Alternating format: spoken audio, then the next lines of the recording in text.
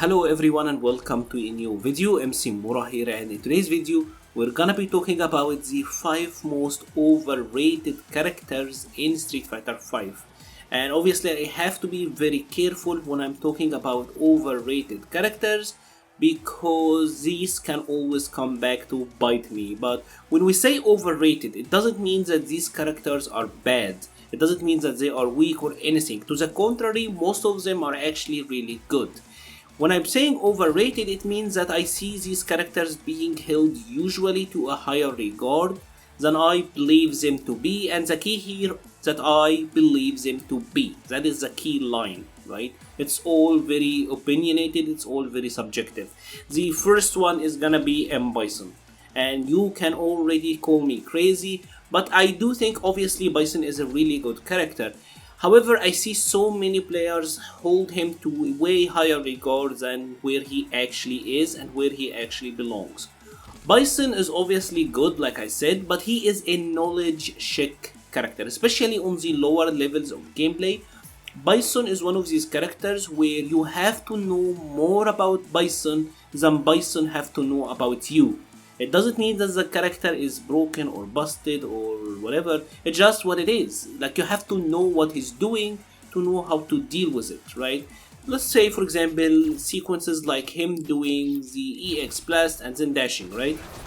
Like, here you have to understand that this is not plus enough for him to dash, right?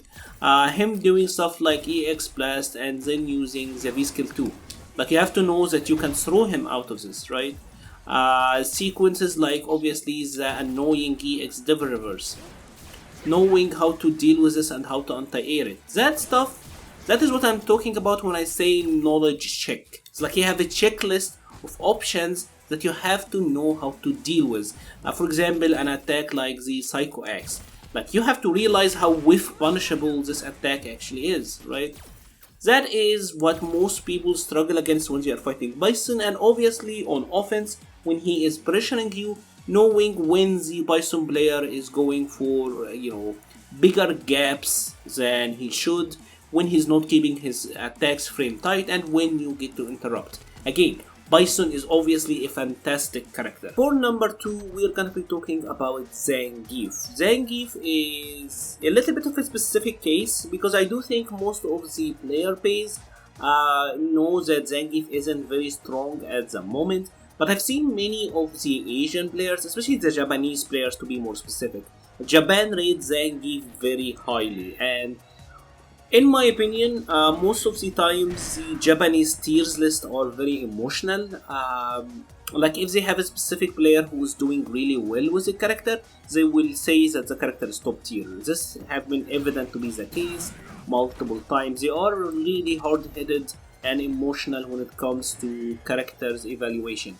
But Zangief is a character who, he is weird and he's hard to judge because on paper he sucks. Like, on all honesty, he sucks. The good things about Zangief is mostly gonna be this crouching light punch, but can't even combo 2 of them in a row.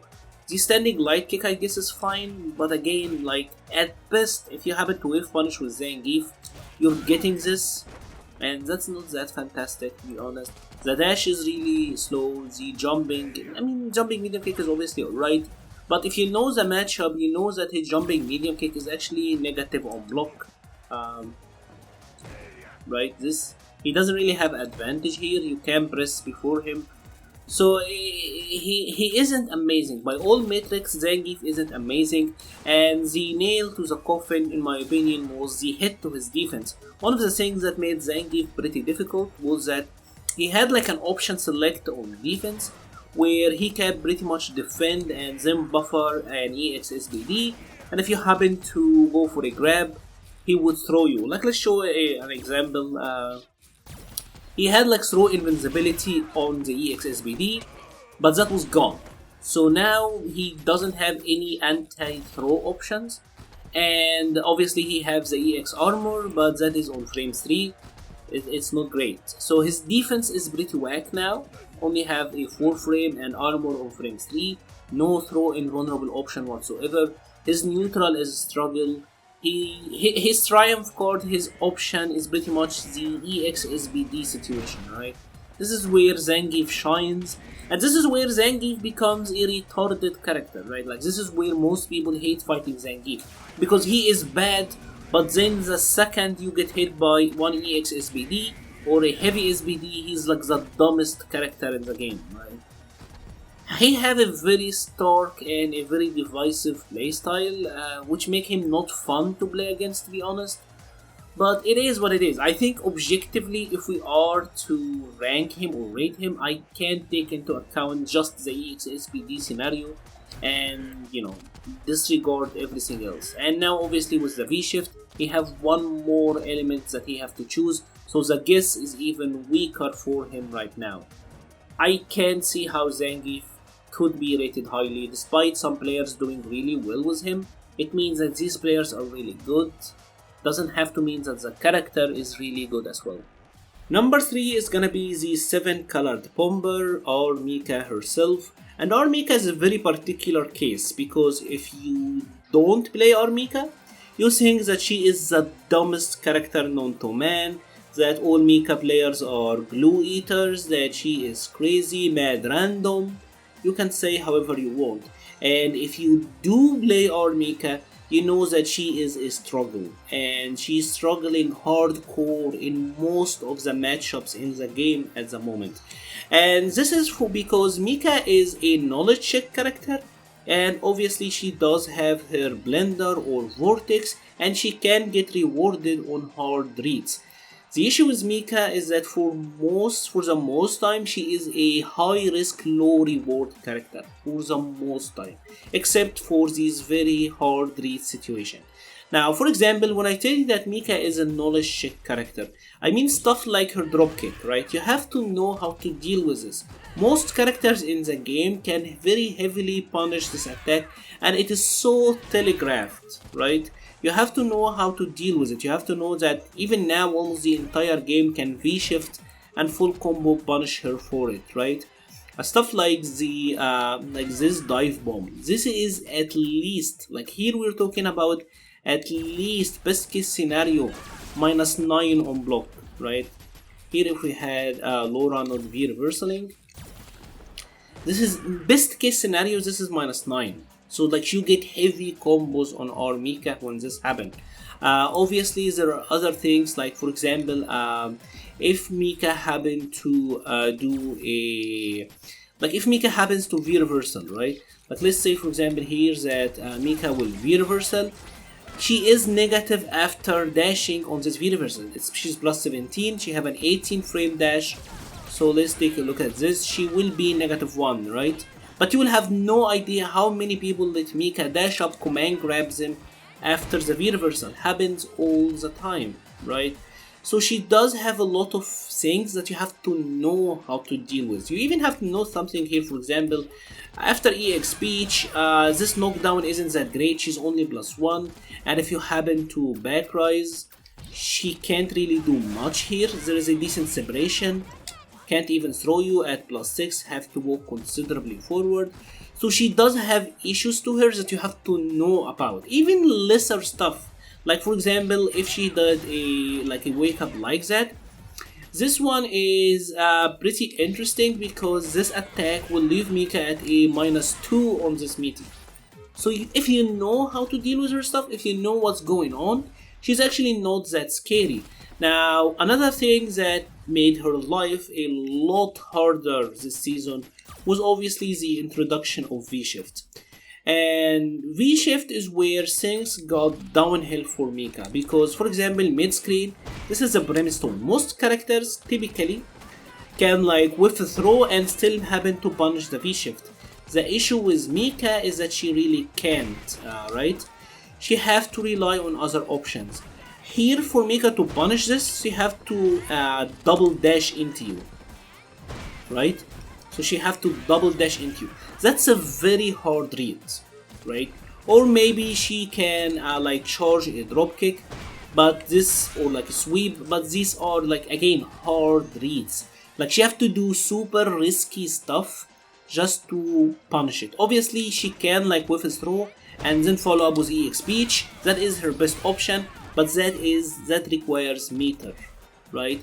Even after the heavy punch beach knockdown, again she can't really cover much here, so she either have to charge a drop kick, which like we said can actually be punished, or again go for the EX beach. So at least she have to, she have to give up one EX bar to chase you every single time. So that is pretty rough, right? That is pretty rough. Obviously, she herself have very poor neutral. This is well documented. The standing medium is pretty good, obviously, and crouching medium kick are pretty good, and EX beach are good. So she does have some neutral tools, but they are rough, right? The thing about Mika is obviously the whole Cornix Vortex. This is where the character wins pretty much, right? Like this kind of stuff is how she wins. So when she wins, she seems like she is super dumb, right? But like I said, in the neutral and on defense and even on offense outside of the corner, Mika actually is struggling a lot. Next up we got Honda. Now, Honda is a character that, like I said previously, this term is actually pretty amazing, the knowledge check character. Honda is the ultimate knowledge check character in Street Fighter V. He is the one character who you have to understand how he functions on a very basic level. Basic Honda is annoying as shit to deal with, right? And that's why he is really good. He is a Totsugaki of Street Fighter V, right? And obviously this makes a lot of sense. Knowing just simply how to differentiate his headbutts, that can actually be pretty difficult. Knowing how to deal with his butt slams, this is like -2, but this is like -4. And even then, like when he does the butt slams, that is -2. Understanding the spacing here, not to whiff something so he doesn't whiff punish you. Obviously knowing how to deal with hands, and just simply understanding the different version of his hands. Like I said, basic Honda is tough. He's annoying to deal with. He requires you to know a lot of things about him and know how to specifically counter his specific tools. Obviously Honda is a good character, right? And the reason that Honda is good, especially on the higher levels, isn't because of random headbutts, random butt slams, and whatever. The good players, they know how to deal with that stuff. The reason that Honda is good at the high level is his ability to play the wall style, right? He can be a completely obnoxious wall, right? Just standing there, using the jumping heavy punch, this is very good, like no, you're not getting in. Standing heavy punch is amazing, his forward heavy kick is obnoxious. Obviously light punch headbutt is really good. Crouching, he have really good normals. Like the standing medium punch and crouching, these are retarded normals. If you saw the hitbox on them, they are insanely good. So the character is really good at playing the defensive wall, right? Like he will push you to the corner and then play like a defensive wall style. And once you are there, obviously his damage output can be insane, right? Like something like simple as this, or like if you happen to land this into like headbutt, then he gets hand. Obviously if you have like B skill here, you can then do as a EX butt slam, etc, etc, etc. His damage output can be insane in the right conditions, right? And obviously especially with this V trigger, like something like this is now insane damage output. And he does have a really obnoxious throw situation in the corner, right? This is difficult to deal with. Obviously 130, 170 stun, that is good. But that is not the stuff that most people complain about. For the most time, it's gonna be the random headbutt butt slam aspect. So while I do get that this is annoying, it is a Totsugaki of Street Fighter V for the most part. But if you know how to deal with that stuff, he becomes manageable unless you actually fight a Honda who knows how to play a wall. But other than that, even if you do get on him, his defensive options are lacking. He doesn't have good anti-cross-up option. He does have the heavy punch headbutt, but this will require a lot of effort from the Honda player to know how to auto-correct it. So he does have issues once you actually close the gap to him. And I have left the best one for last, the characters that I do think is overrated, and that is Kodi. Let me first start by saying that Kodi is a good character. This is not me downplaying Kodi or saying that he sucks. I do think that Kodi is obviously a really good character, but I also see that many of the people who don't play Kodi rate him way higher than he actually is. he is a good character, but for a completely different reason than they seem to think. And obviously, for the most part, for people who don't play Kodi, they seem to think he's amazing because of tools like EX-Zonk, right? Because of the V-Trigger 2. And it's easy to see why, right? Like you see an attack like that, activate V-Trigger 2, command grab, and bam, bam, you see like a sequence like that. And then you think that the character is insanely stupid, right? Like it's easy to see stuff like that and think that it is insane. But I do think all of that stuff have its drawbacks, that if you actually do play the character, you would know probably isn't as good as you think it is. First of all, EX-Zonk. Obviously, this attack is very powerful.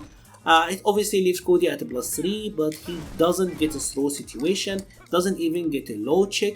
Kodi doesn't have a cancelable normal, or a good way of actually denying people of walking backwards. Now, he had this season, this sequence, which is pretty good, but no cancelable crouching medium kick or any actual low threat means that he can't stop people from walking back. His best option to deny backdashes are gonna be the like jab target combo, but again this is -6, so you do get punished. So that stuff isn't as good as it seems, and obviously Kodi's like EX-Zonk have a very bad hitbox hurtbox. It can get stuffed very easily. The EX-Zonk gets stuffed way easier than EX tackle or EX dash punch, etc, etc, etc. So that is something. The other thing is obviously the V-Trigger 2, and V-Trigger 2 again, the high point of it is the command grab, right?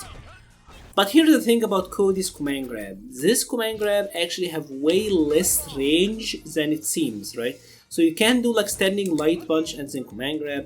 You can do standing light kick and then command grab. You can do crouching light kick and then command grab. The only one that works is crouching light punch, right? This is the only one where it actually works. So this means that the range of the command grab is pretty weak, right? So the ways to actually land this command grab is gonna be a light kick ruffian knockdown, right? Or if you happen to land a zone, right? These are the typical way. Obviously, this can only work again if you like do something like a medium kick cross up, right? Or if you happen to do something like dash up command grab. So jumping or dashing or going for a light kick ruffian, which will only combo from mediums, or a zonk on hit, which will also only work from mediums, right? These are the conditions for Kodi to land the command grab, which makes it actually a lot harder to land against people who have good neutral, right? Now, what you are missing is the fact that because this is a command grab, it's a 50-50, right? It's not a guaranteed situation. For me, as someone who play both of these characters, I will take Poison's V-Trigger in every single time over Kodi's, right? Because here I get the guaranteed damage and I get the guaranteed situations. While with Kodi, if you happen to play him, yeah, the command grab is amazing. I finally got my condition, but still the opponent can jump, backdash, V-shift. So it's not a risk-free V-Trigger. Like you have to take actual risk to use it. To get the most value out of it, you have to risk, right? And obviously you also have to consider that Kodi loses some tools, like the standing heavy punch. This is a fantastic anti-air. Instead he gets this very slow, inconsistent crouching heavy punch. So he loses his best anti-air normal, and obviously he loses the fireball. And the fireball is effective because it allows him to control some space, and obviously it allows him to like keep them in place, so then he can EX-Zonk. And instead he will have to do this, and if you know how to fight Kodi, just walk up and sweep him and you will get the crush counter, right? Like this happens every time. So he loses tools in V-Trigger. In all honesty, I think unless you activate on hit like this V-Trigger is usually a lot weaker than regular Kodi. Like I think his neutral in V-Trigger is actually a lot weaker than standard Kodi. After all of this, it might seem to you that I'm downplaying Kodi or saying that Kodi sucks, but he doesn't. Kodi is really good, but for the reasons that I'm gonna say right now. Stuff like his standing medium kick, this is a retarded normal. right? Like standing medium kick for Kodi, this normal have insane hitbox. It's absolutely amazing. It combos into itself twice. You can link it into critical art. It is insanely good as an attack. Even if you happen to land it like from far distance and happen to land the counter hits, you get a sweep on counter. So it's very good, right? His fireball is really good. Really good Kodi players, they rely on the EX tornado sweep and walk behind it to gain ground, other than just throwing a YOLO EX zonk that is gonna get stuffed, right? And also he has his standing heavy punch, which is a really nice anti-air. He doesn't get rewarded that heavily from anti-airs, but still it's a decent attack. Obviously his whiff punishment is really good, and because of his forward, because most of his specials are forward moving, he can convert from whiff punishes really well, so that is great. And obviously stuff like using the sway to stop your opponent from autopiloting an offense, and things like having the sway OS if your opponent V-reversal, all that stuff is really good. So I do think Kodi is a good character, but not for the EX zone, command grab, Unga Bunga, V-trigger 2 reasons. I think he's good for a completely different set of reasons that will work on the highest level, but random Kodi I think is insanely overrated and really easy to deal with in my opinion. Anyway, that's it for today's video. If you have enjoyed this video, please leave a like or a comment. It helps the channel so much. I will be leaving a link to the Patreon page and the Discord server page in the description below. Thank you very much for watching and stay safe.